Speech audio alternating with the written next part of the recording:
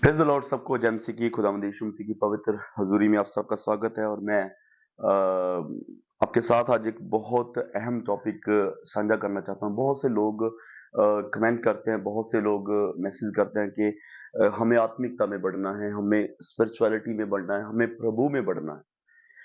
तो मैं आज आपकी लाइफ में आपके साथ जो है वो कुछ चीज़ें आपके साथ शेयर करने के लिए जा रहा हूँ। अगर आप इस प्लान को फॉलो करेंगे तो डेफिनेटली आप बहुत जल्द खुदावंद की आशीष में बढ़ने के लिए जा रहे हैं और आत्मिकता में बहुत स्ट्रांगली आप ब्लेस होने के लिए जा रहे हैं, बहुत स्ट्रांगली आप ब्लेस होने के लिए जा रहे हैं। ठीक है जी। सो आइए हम लोग एक वचन को पढ़ेंगे यहाँ पर। इफिसियों की पत्री उसका 6 अध्याय उसका 10 वचन को हम लोग पढ़ेंगे। इफिसियों की पत्री उसका 6 अध्याय उसका 10 वचन। इसलिए प्रभु में और उसकी शक्ति के प्रभाव में बलवंत बनो। हालेलुया। यहाँ पर प्रभु का दास पौलुस लिखता है इफिसियों की पत्री को कि प्रभु में बलवंत बने, प्रभु में मजबूत बने। हालेलुया। अगर आप पुराने नियम में यहोशुआ 1 उसका 5 से लेकर के 9-10 वचन तक पढ़ेंगे तो वहां पर परमेश्वर यहोशुआ को इंस्ट्रक्ट करता है, वहां पर परमेश्वर यहोशुआ को बोलता है कि मजबूत बन, तकड़ा हो जा। और खुदावंद एक बार नहीं कई बार यहोशुआ को यह बात बोलता है कि तुम मजबूत बन, तू तकड़ा हो जा, भविष्यता के ऊपर खड़ा रहे।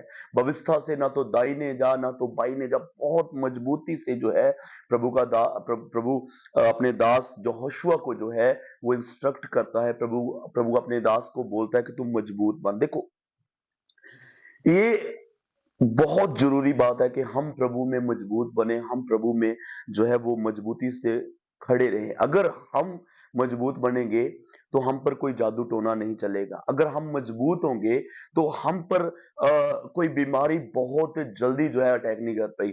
अगर हम लोग मजबूत बनेंगे तो हमारी फाइनेंशियल कंडीशन भी मजबूत रहेगी। अगर हम लोग मजबूत बनेंगे तो हमारी फैमिली कंडीशन जो बहुत मजबूत रहेगी। अगर हम लोग मजबूत बनेंगे तो हम जब यीशु मसीह आएंगे तो उनके साथ जो है हम उठाए जाएंगे। हालेलुया। इसलिए एवरीवन शुड नो, हर एक जन को ये जानना चाहिए कि मेरी और मेरी पहला जो निशाना है खुदावंद में वो मजबूत बनने का ही होना चाहिए। मुझे प्रभु में किसी कैसे भी करके मजबूत होना है। हम लोग पूछते हैं और थोड़े से समय में हम आंसर भी देते हैं कि आप ऐसे मजबूत बन जाओ, ऐसे मजबूत बन जाओ। लेकिन आज मैं आपको कुछ चीजें जो है 5 प्लान आपके साथ में साझा करूंगा जिससे हम लोग जो है खुदावंद में बहुत ज्यादा मजबूत बन सकते हैं। 5 प्लान्स जो आप बहुत ज्यादा मजबूत बनेंगे। देखिए, हम अपने शरीर के लिए बहुत से लोग डाइटिंग करते हैं, बहुत से लोग दौड़ के लिए चले जाते हैं, बहुत से लोग वॉकिंग के लिए जाते हैं, बहुत से लोग जिम चले जाते हैं, बहुत से लोग घर पर एक्सरसाइज करते हैं। सो वो उनका बॉडी को फिट रखने का, वो उनका बॉडी को अच्छे से मेंटेन करने का एक तरीका होता है। वैसे ही जैसे हमारा एक बाहर का शरीर है, वैसे हमारे अंदर जो शरीर है, हमारे अंदर जो आत्मा है, उसको हम लोगों ने जो है मजबूत रखना है, तकड़ा रखना है। बाइबल में लिखा है कि शरीर और आत्मा जो है वो हमेशा लड़ते रहते हैं। जो तकड़ा होगा वो जीत जाएगा, जो तकड़ा होगा वो जीत जाएगा। अगर आप स्पिरिचुअली कमजोर हैं तो आपका शरीर आप पर हैवी हो जाएगा। ये आपको कभी प्रार्थना नहीं करने देगा, ये आपको कभी चर्च में नहीं जाने देगा, ये आपको जो है डिस्टर्ब करके रखेगा आपके स्पिरिचुअल लाइफ को। तो अगर आपका आत्मा मजबूत होगा तो आप जो है इस शरीर पर कंट्रोल कर सकते हैं, इस शरीर पर काबू रख के, इस शरीर पर फतेहमंद होकर के आप जो है वो प्रभु में बहुत मजबूती से बढ़ सकते हैं। हालेलुया। तो आज के इस वीडियो को हम लोग शुरू करते हैं। खुदावंद यीशु मसीह की आशीष आप सब पर हो और मेरी प्रार्थना है कि आप सबको परमेश्वर आज 5 चीजें समझने के लिए मन दे। ये 5 चीजें अगर आपने अपनी जिंदगी में फॉलो कर ली तो मैं बहुत दावे के साथ बोल सकता हूं आपकी स्पिरिचुअल लाइफ पीक लेवल पर होगी, आपकी स्पिरिचुअल लाइफ बहुत ऊंचे लेवल की होगी। हालेलुया। सबसे पहला जो प्लान है, सबसे पहला जो प्लान है प्रभु में आगे बढ़ने का, वो है read the word of God. परमेश्वर के कलाम को पढ़ना, परमेश्वर के कलाम के साथ समय बिताना। हालेलुया। बहुत से लोग हैं जो बाइबल उनके घरों में है लेकिन वो पढ़ते नहीं है।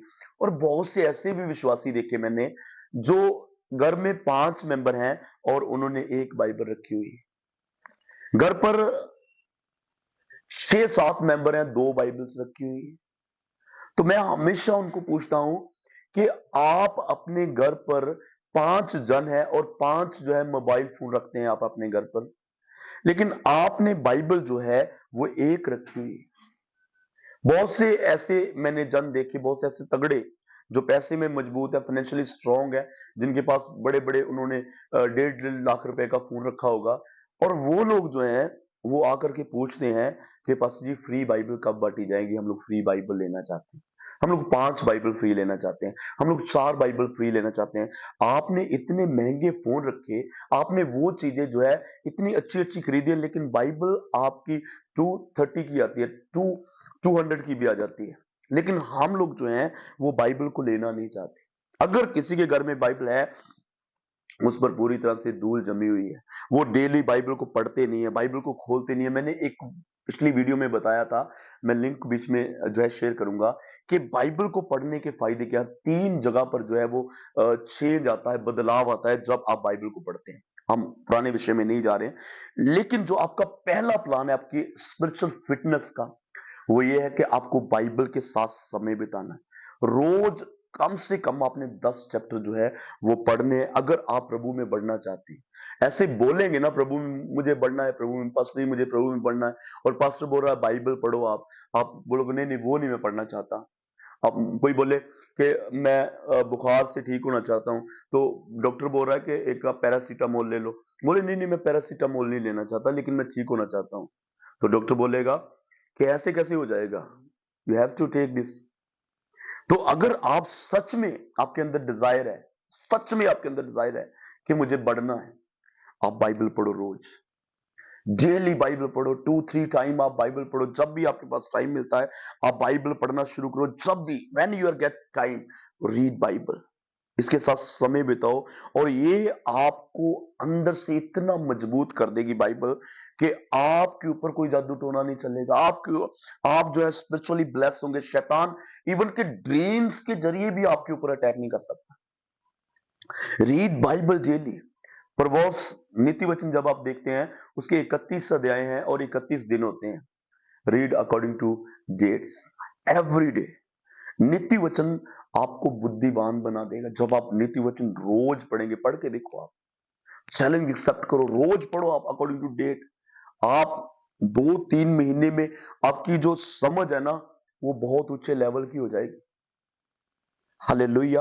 और बाइबल में लिखा है कि जो दिन रात उसकी व्यवस्था पर ध्यान करता है, जो दिन रात उसकी व्यवस्था को पढ़ता है, वो उस पेड़ के समान है जो पानियों के किनारे लगा हुआ है, जिसके पत्ते कभी मुरझाते नहीं है, जो ऋतु से अपना फल देता है, और जो कुछ वो करे सो सफल होता है। आज हमारी लाइफ में फेलियर होने का कारण सिर्फ एक ही है कि हम बाइबल के साथ जो है वो समय नहीं बता पा रहे हैं, हम बाइबल के साथ समय नहीं स्पेंड कर पा रहे हैं।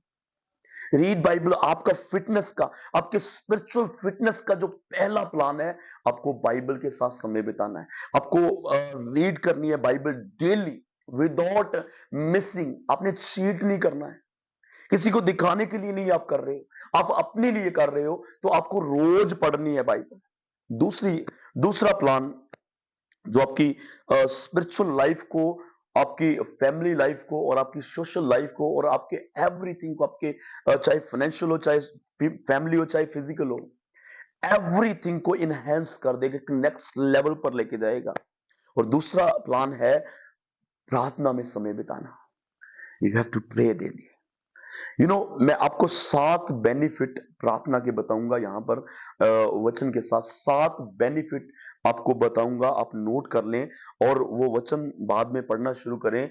आपको वो 7 बेनिफिट अपनी लाइफ में रिसीव करने, और आपकी स्पिरिचुअल लाइफ भी फिट होगी। और ये 7 बेनिफिट आपको प्रार्थना से मिलते हैं। पहला बेनिफिट, अगर आप प्रेरितों के काम उसका 8 उसका 22 पढ़ेंगे तो वहां पर लिखा है कि प्रार्थना से जो है वो परमेश्वर से हमें माफी मिलती है।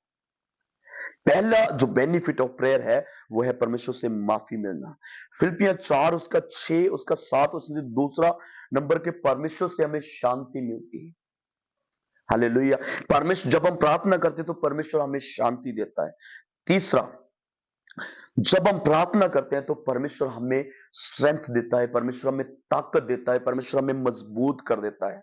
इफिसियन 3 उसका 14 वचन, आप 14 वचन से जब आप पढ़ेंगे तो आपको ये लिख के मिल जाएगा कि जब आप प्रार्थना करते हैं तो वो प्रार्थना आपको स्ट्रेंथन करती है, वो प्रार्थना आपको मजबूत करती है।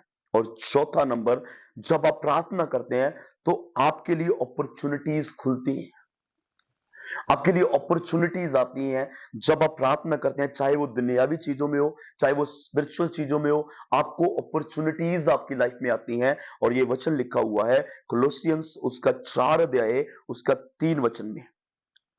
और पांचवा जो है, जब आप प्रार्थना करते हैं आपके अंदर दलेरी आती है, आप दलेरी में बढ़ना शुरू करते हैं, आपके अंदर बहुत दलेरी आनी शुरू हो जाती है जब आप प्रार्थना करते हैं। एफिसियन उसका 6 अध्याय उसका 19 वचन में आप ये वचन को देख सकते हैं।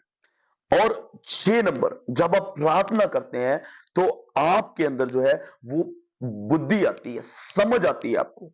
जेम्स उसका 1 अध्याय उसका 5 वचन से जब आप पढ़ेंगे तो आपको ये वचन मिल जाएगा कि जब आप प्रार्थना करते हैं तो आपको परमेश्वर समझ देता है, आपको परमेश्वर बुद्धि देता है कि दुनिया में कैसे रहना है, दुनिया में कैसे चलना है, संगति में कैसे रहना है, संगति में कैसे चलना है। ये सब चीजों की बुद्धि, ये सब चीजों की समझ, चाहे आप बिजनेस कर रहे हैं, चाहे आप जॉब कर रहे हैं, चाहे आप कुछ भी कर रहे हैं, चाहे आप हाउस वाइफ हैं, चाहे आप नथिंग है, फिर भी आपको विजडम की जरूरत है।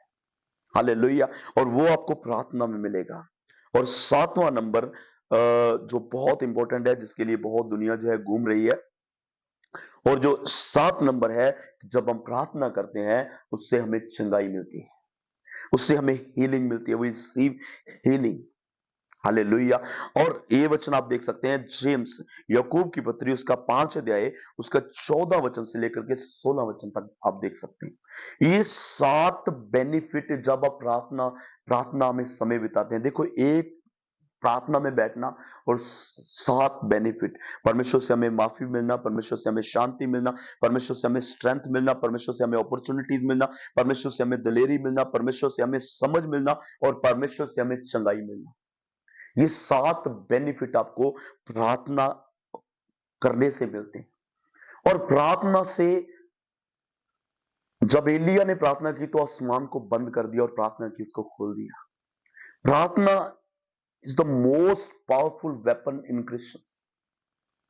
जब आप प्रार्थना करते हैं आपके पास आपके अंदर एक मोस्ट पावरफुल वेपन है। हालेलुया। और तीसरा नंबर आपकी स्पिरिचुअल फिटनेस प्लानिंग का, वो है सिंग प्रेजेस टू गॉड। जब आप घर पर हो, जब आप बैठे हो, प्रभु की वर्शिप के लिए गाएं, प्रभु की आराधना करें, अपने मुंह से गाएं, प्रभु की स्तुति करें। बाइबल में 150 जबूर है, बाइबल में 150 जबूर है। आप अंदाजा लगा सकते हैं कि परमेश्वर सिंगिंग को, परमेश्वर गाने को कितनी महत्वता यहां पर दे रहा है, कितना वो उसके लिए जो है वो एक्साइटेड है परमेश्वर के, मेरे बच्चे मेरे लिए गाएं। हालेलुया। किसी ने मुझे कहा कि पास्टर जी, आपको इतना समय हो गया हारमोनियम बजाते लेकिन आप अच्छा नहीं गाते। तो मैंने बोला कि तेरे लिए कौन गाता है, मैं तेरे लिए थोड़ी गा रहा हूं कि तुझे अच्छा लगना चाहिए। मैं उस परमेश्वर के लिए गाता हूं, और मैं विश्वास करता हूं कि चाहे मैं टूटी फूटी आवाज में गा रहा हूं, चाहे मैं फटी पड़ी आवाज में गा रहा हूं, मेरा परमेश्वर उसको पसंद करता है। वो हृदय को जांचने वाला परमेश्वर है, वो दिल को जांचने वाला परमेश्वर है। बहुत से लोग ऐसा करके बोलते हैं कि मैं नहीं गाऊंगा, मेरी आवाज अच्छी नहीं है। डजंट मैटर, ये मैटर ही नहीं करता बिल्कुल। बहुत से कलीसिया के मेंबर, जब कोई एक जन गाएगा उसको गाना नहीं आता तो बहुत से लोग हंसेंगे उसके ऊपर, अरे तुझे गाना नहीं आता, अरे तुझे क्या प्रॉब्लम है, उसको गाना नहीं आता, वो उसका और परमेश्वर का मसला है। जब वो गाता है, जब जब वो कहता है दिल से शुक्रगुजार है, जब वो गा रहा है, तो डेफिनेटली परमेश्वर जो है वो प्रसन्न हो रहा है। जब जब एक बाप का बेटा जो होता है, एक बाप का बेटा, जब बेटी, कुछ भी बच्चा जो होता है, वो जब टूटे फूटे शब्दों में पापा कहता है, जब टूटे फूटे शब्दों में बातें करता है, तो एक बाप का मन जो होता है ना, वो कितना प्रसन्न होता है, ये सिर्फ एक बाप जानता है। और वो हमारा बाप है, वो हमारा पिता है, वो जानता है कि हम कितना गा सकते हैं। लेकिन what you have to do, sing praises, उसकी आराधना में गाते रहो, उसकी आराधना करते रहो गाते हुए। हालेलुया। और 4 नंबर जो है आपकी स्पिरिचुअल फिटनेस का, फेलोशिप, संगति करना।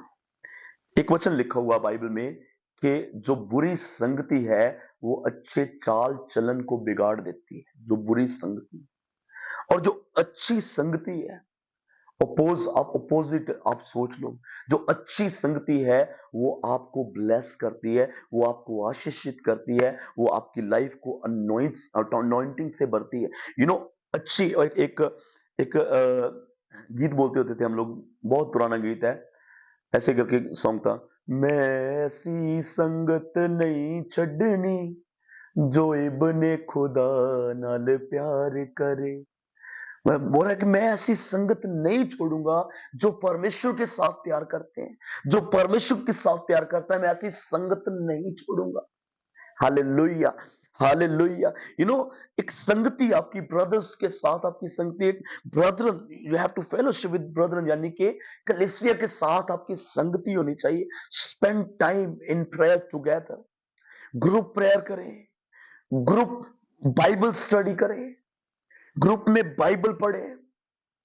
हम लोग ग्रुप में बैठ करके गंदी बंदी बातें सुन लेते हैं, कर लेते हैं। इधर की बातें, कोई लड़के जब इकट्ठे होते हैं लड़कियों की बातें करते हैं, यहाँ की बातें, उसकी बातें, इसकी बातें करते हैं। लेकिन मैं आपको बताना चाहता हूं, अगर स्पिरिचुअल संगति करेंगे, उसमें प्रेयर की बातें हो, उसमें खुदावन में बढ़ने की बातें हो, उसमें परमेश्वर के साथ चलने की बातें हो, उसके साथ संगति की बातें हो। हालेलुया।